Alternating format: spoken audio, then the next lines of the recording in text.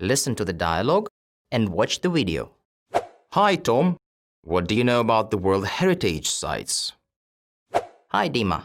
I know that there are many of them all over the world, both in Europe and Asia. There are also many sites that are endangered as there are crowds of tourists visiting them daily.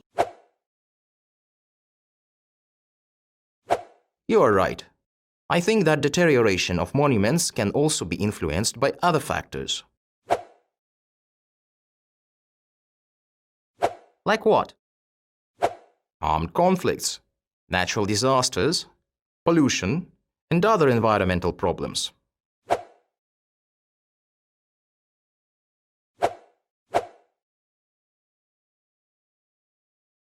That's right.